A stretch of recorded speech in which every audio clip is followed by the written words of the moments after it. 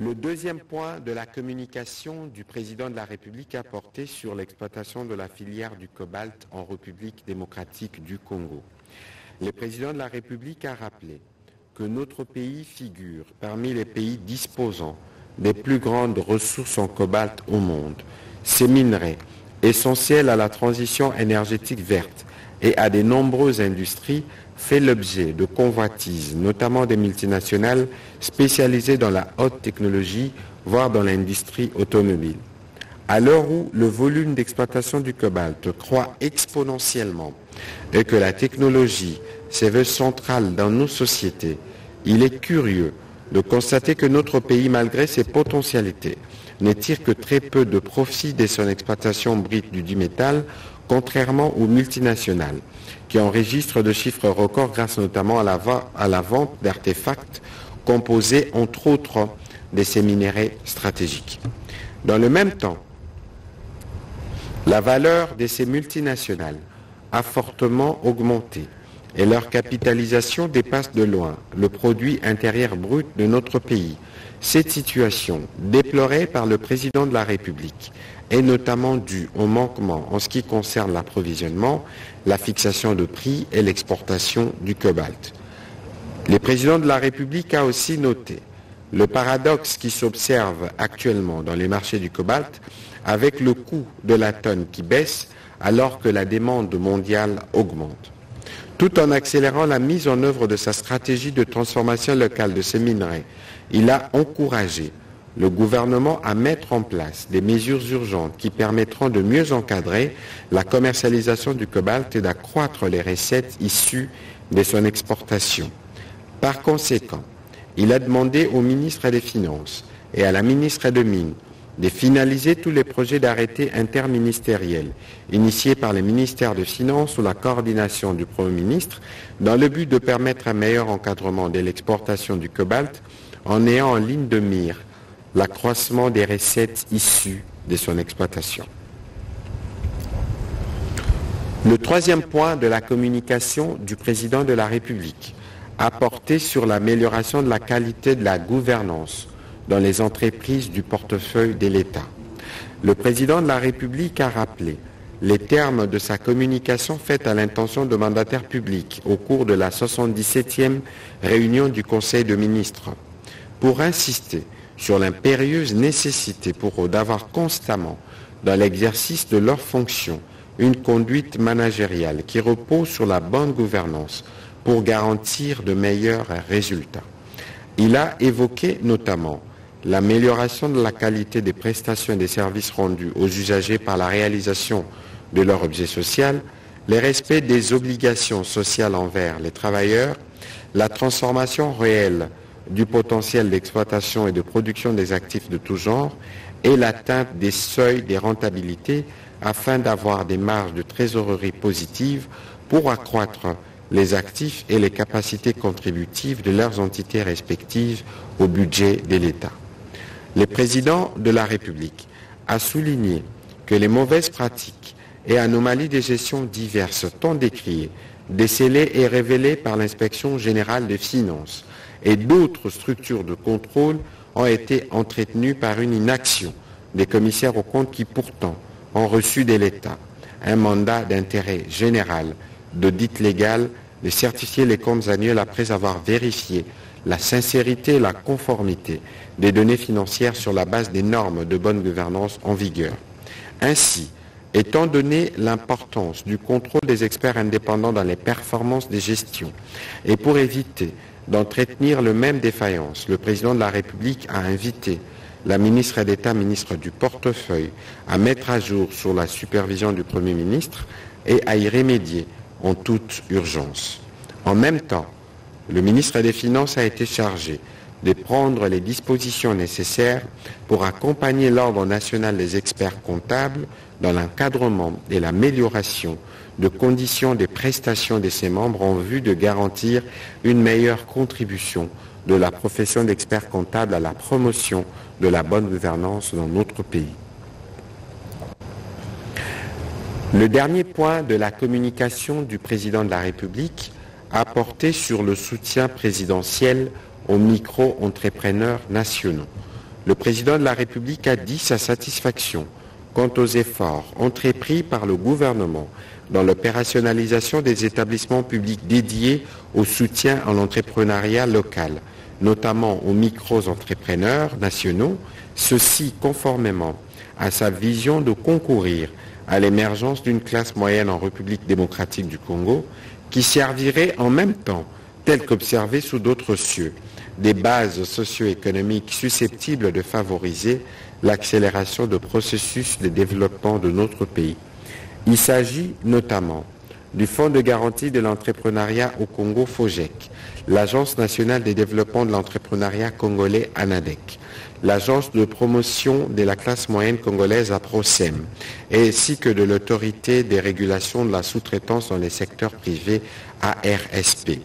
Il a rappelé son admiration face au dynamisme, à la créativité et à l'esprit combatif des jeunes répertoriés dans chacune de nos provinces et de surcroît dans celles en proie à une situation sécuritaire précaire. Ceci se démarque notamment dans leur volonté affichée au quotidien de contribuer par l'entrepreneuriat à la constitution d'un tissu économique dense et diversifié, notamment dans les secteurs de l'agroalimentaire, du textile, des services, du courtage en assurance, à la location des véhicules de transport, des biens et des personnes, ainsi que dans diverses activités de la sous-traitance aux grandes sociétés multinationales installées dans nos différentes provinces, entre autres.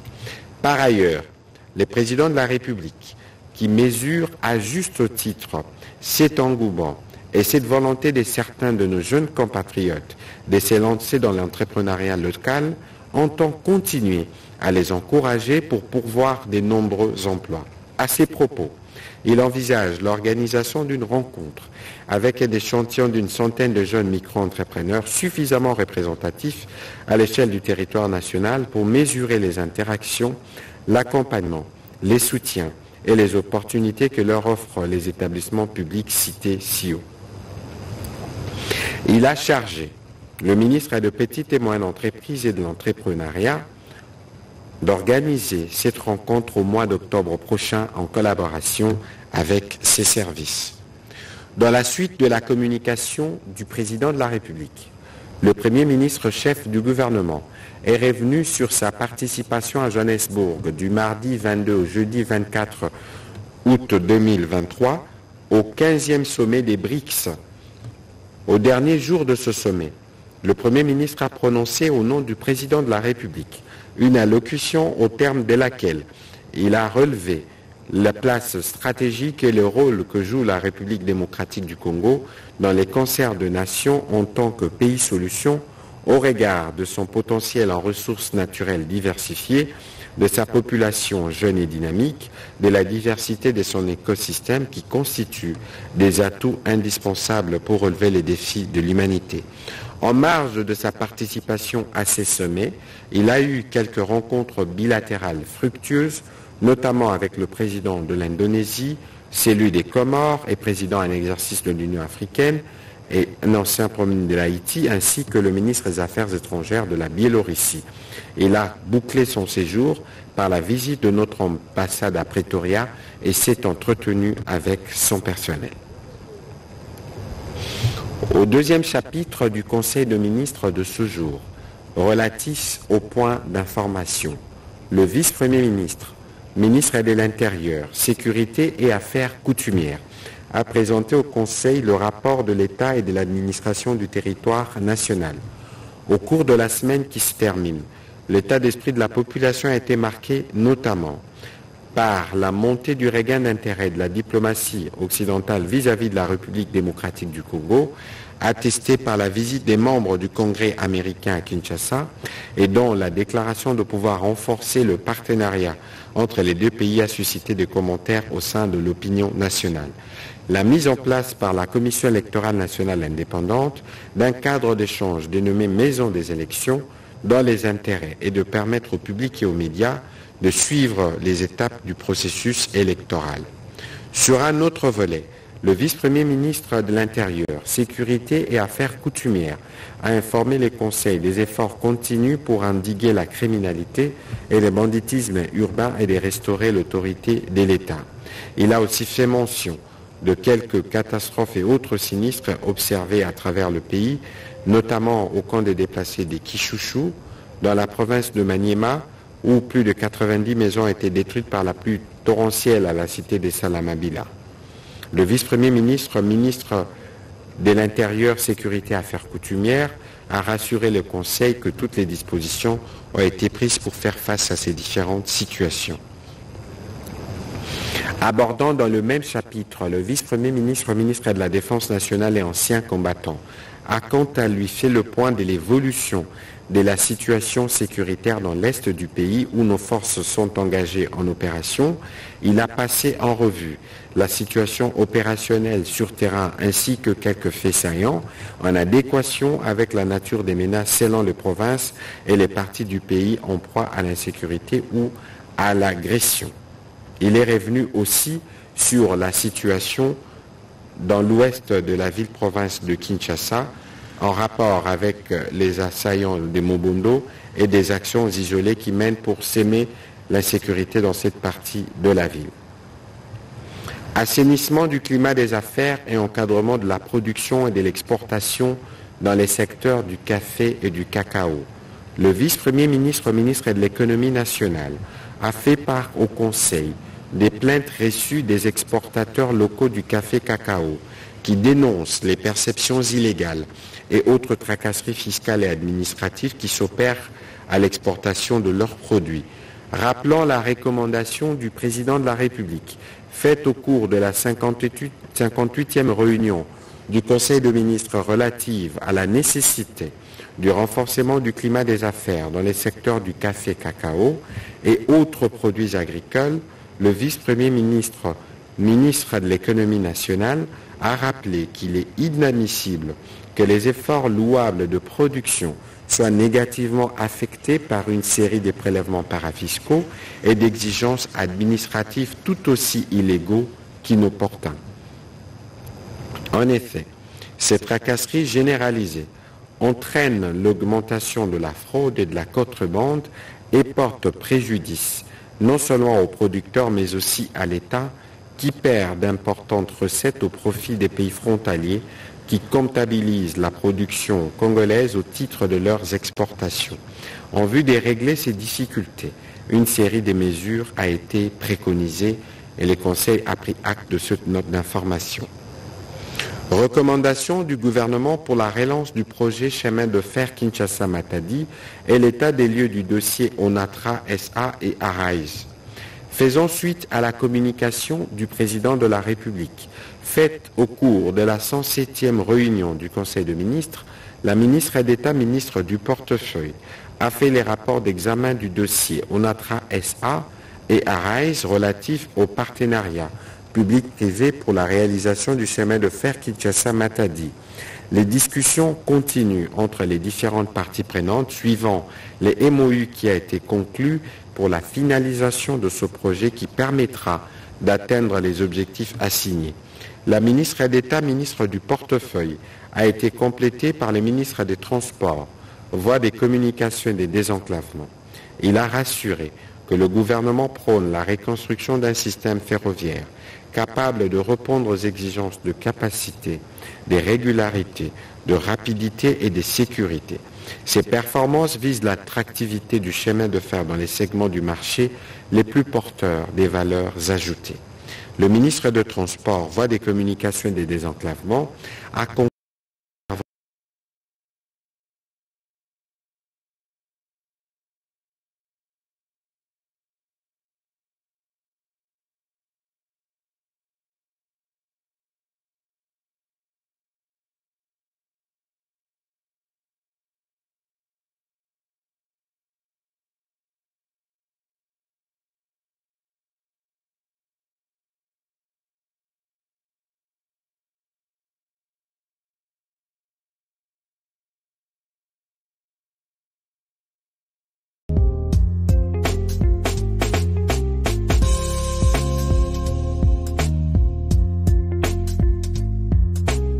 jamendo.com.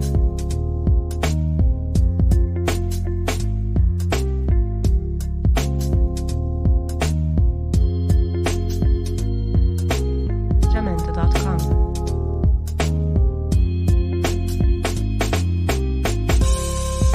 élevé à 2,5 milliards de dollars pour l'année fiscale 2018 est aujourd'hui de 8,5 milliards avec 5 milliards de dollars non encore décaissés. L'un des défis consiste, d'après le ministre des Finances, à s'assurer que l'orientation stratégique de projets, depuis leur identification jusqu'à leur exécution, répondent avec la plus grande pertinence aux priorités structurelles du pays en cohérence avec les autres dépenses effectuées sur ressources propres.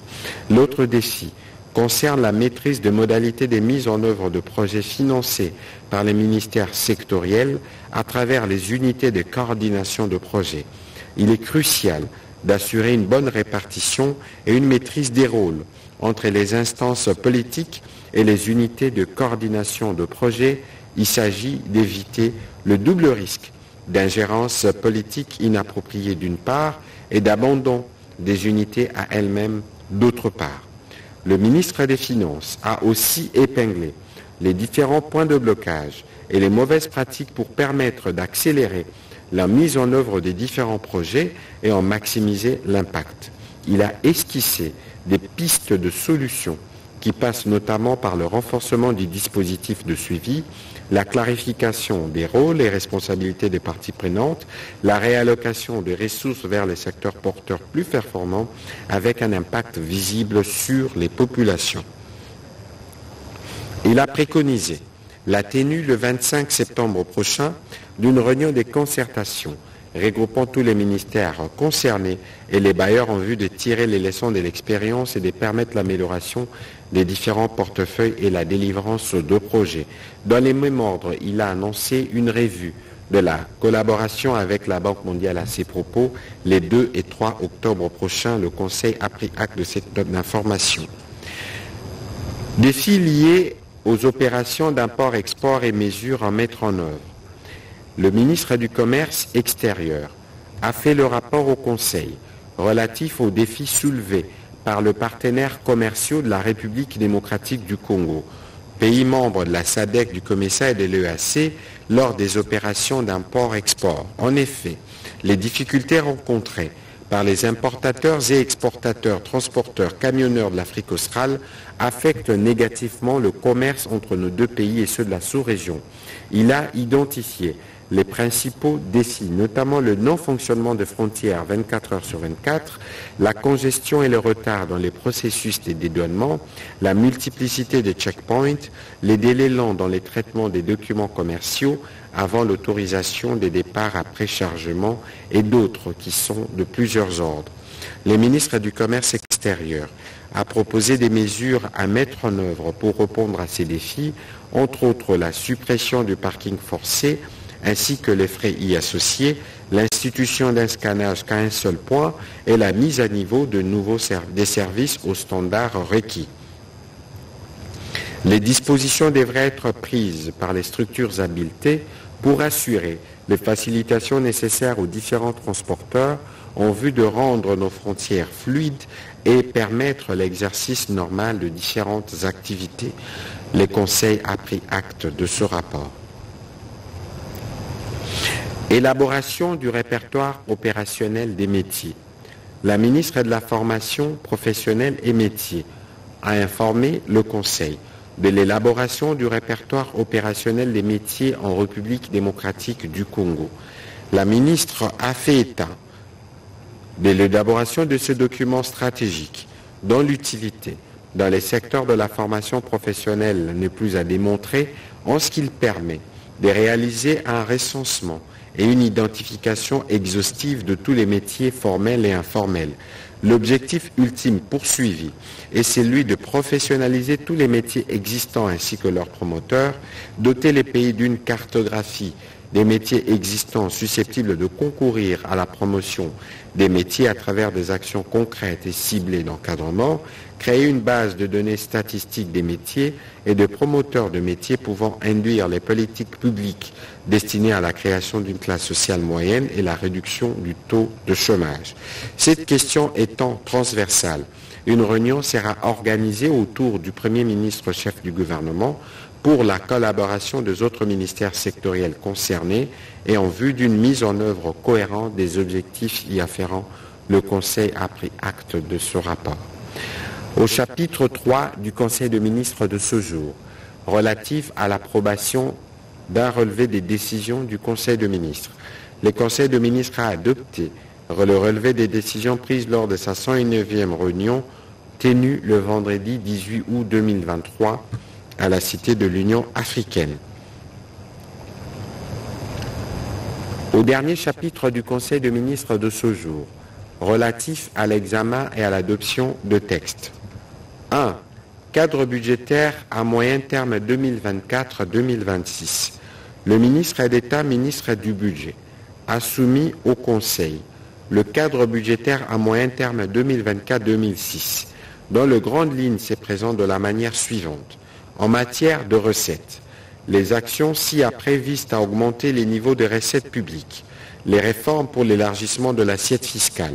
la poursuite des réformes fiscales et douanières, la poursuite du processus de digitalisation des impôts et des taxes, les recours aux dons et à l'emprunt sur les marchés financiers domestiques et internationaux.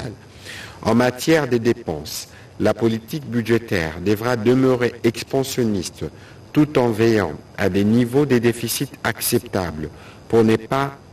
obérer la viabilité budgétaire. Les dépenses publiques seront principalement axées sur la poursuite du relèvement du défi du développement avec en priorité, notamment le renforcement de l'orthodoxie dans la gestion des finances publiques, l'amélioration qualitative et quantitative des dépenses sécuritaires dans le cadre de la mise en œuvre de la loi de programmation militaire, la poursuite du PDL 145 territoires, la diversification de l'économie nationale. Le ministre d'État, ministre du Budget, a indiqué que la programmation budgétaire 2024-2026 situe les dépenses totales à 133,524,9 milliards de francs congolais, soit 39 985,4 milliards de francs congolais en 2024, 45 032,5 milliards de francs congolais en 2025 et 48 500 milliards de francs congolais en 2026. Les dépenses du pouvoir central se situeraient à 114 milliards 191 milliards de francs congolais sur la période, soit 38 000 milliards de francs congolais l'an en moyenne. Celles de province et des ETD se situeraient respectivement à 18 611,8 milliards de francs congolais et à 721,7 milliards de francs congolais. La mise en œuvre de la politique fiscale et douanière préconisée sur la période permettrait un accroissement annuel des recettes fiscales et non fiscales de l'ordre de 14,5% et situerait la pression fiscale à 14,2% en moyenne. Cette politique fiscale et douanière consisterait notamment à poursuivre les réformes amorcées tout en élargissant le nombre d'assujettis à certains impôts directs. Outre les recettes internes, les financements des politiques publiques préconisés sur la période 2024-2026 bénéficieraient de dons attendus de partenaires au développement estimés à 6 380 milliards de francs congolais. En ce qui concerne les recettes des budgets annexes et comptes spéciaux, le ministre d'État, ministre du Budget, a souligné qu'elles se situeraient respectivement en moyenne à 674,4 milliards de francs congolais et à 1881 milliards de francs congolais sur la période 2024-2026. La programmation budgétaire de 2024 à 2026 dégage un solde global négatif de 12 510 milliards de francs congolais, soit moins 2,1% du PIB imputable au pouvoir central. Les mécanismes de son financement ont été identifiés après débat et délibération. Ce texte a été adopté. Examen et adoption de 3 projets de texte. Projet de loi des finances pour l'exercice 2024. Le ministre d'État, ministre du Budget, a présenté au Conseil le projet de loi des finances pour l'exercice 2024. Pour ce qui est des indicateurs macroéconomiques qui le sous-tendent, il a souligné que malgré les récentes turbulences sur le marché des biens et services, sur le marché de change, ce projet de loi des finances a été élaboré dans l'hypothèse d'une croissance soutenue de 6,4%, d'une inflation de 10,9% en moyenne annuelle, à la suite des mesures prises par le gouvernement pour stabiliser le cadre macroéconomique.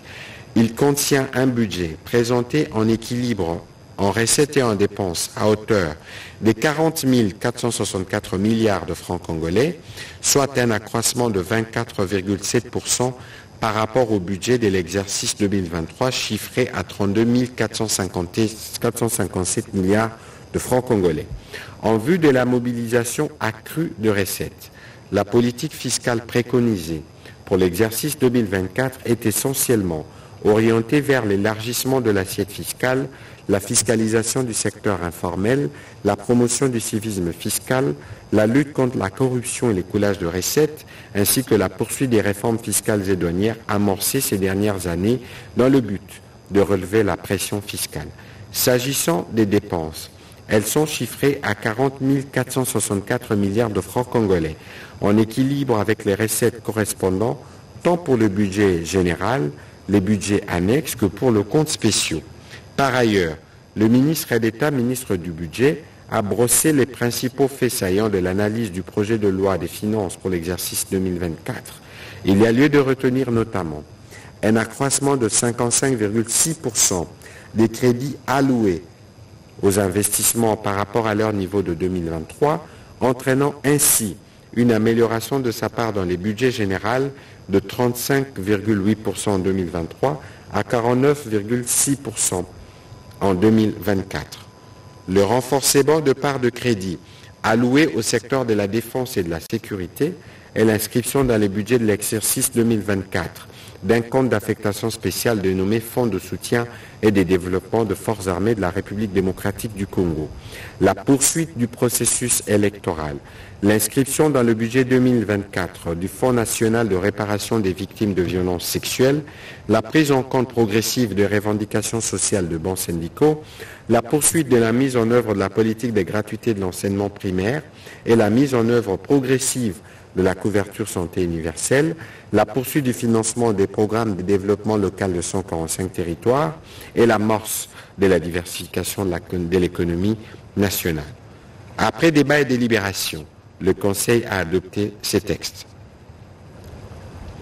2 projets de textes du secteur des finances. Le ministre des Finances a présenté au Conseil 2 projets de textes, notamment le premier, le projet d'ordonnance loi sur l'endettement public. Ce texte, cadre des références du pilotage et de la gestion de la dette publique en République démocratique du Congo, énonce la politique d'endettement public et fixe les règles de bonne gouvernance de la gestion de la dette du pays. Il fournit également à l'État de nouveaux instruments qui lui permettent de financer ses dépenses. Le deuxième texte est relatif au projet de loi sur le bureau d'information de crédit.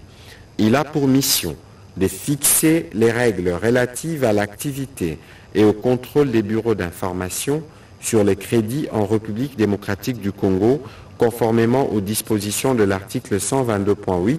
de la Constitution en vigueur. En effet, ce texte a l'avantage de participer à la réduction de la symétrie d'information entre les prêteurs et l'emprunteur, laquelle à son tour permet de pallier au rationnement du crédit, au long délai de traitement des demandes de crédit, aux intérêts exorbitants, au surendettement asphyxiant et au ratio de portefeuille à risque élevé. Pour les gouvernements, les systèmes d'information sur les risques de crédit revêtent un intérêt capital pour le bon fonctionnement du marché des crédits, car ce système permettront à la Banque centrale du Congo de mieux évaluer les niveaux de risque de contrepartie pesant sur l'ensemble du système bancaire. Après débat et délibération, cet autre texte a été adopté. Commencé à 14h18,